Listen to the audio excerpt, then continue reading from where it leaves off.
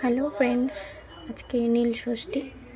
তা সবাইকে নীলের বাতির অনেক অনেক শুভেচ্ছা, নীল ষষ্ঠীর অনেক অনেক শুভেচ্ছা। আজকে আমি সকাল সকাল পুজো করে নিয়েছি, সন্ধ্যেতে বাতি দেওয়া হবে আবার। তো সকালে যেহেতু নীল আজ, তাই পুজো শুরু করে দিয়েছি। এই যে আমার মহাদেব, এগুলো আমার সব গাছের ফুল। তাই ফুলগুলো দিয়ে একটা ছোট্ট মালা করেছি, আর আকন্দগুলোকে এইভাবে চাপিয়ে দিয়েছি। নীলের দিন আম দিতে হয়, তাই আম দিয়েছি।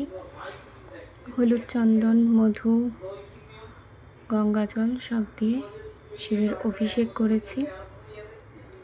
এখানেও দেখো আমার মহাদেব, এই মহাদেবকে ভোগ দিয়েছি।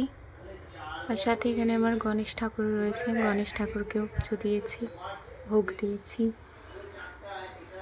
জগন্নাথ, ভাগবত গীতা, মা দক্ষিণেশ্বরী, মা তারা, মা লক্ষ্মী, আর আমার এই গোপাল দেখো সর্বদা চেয়ে থাকে।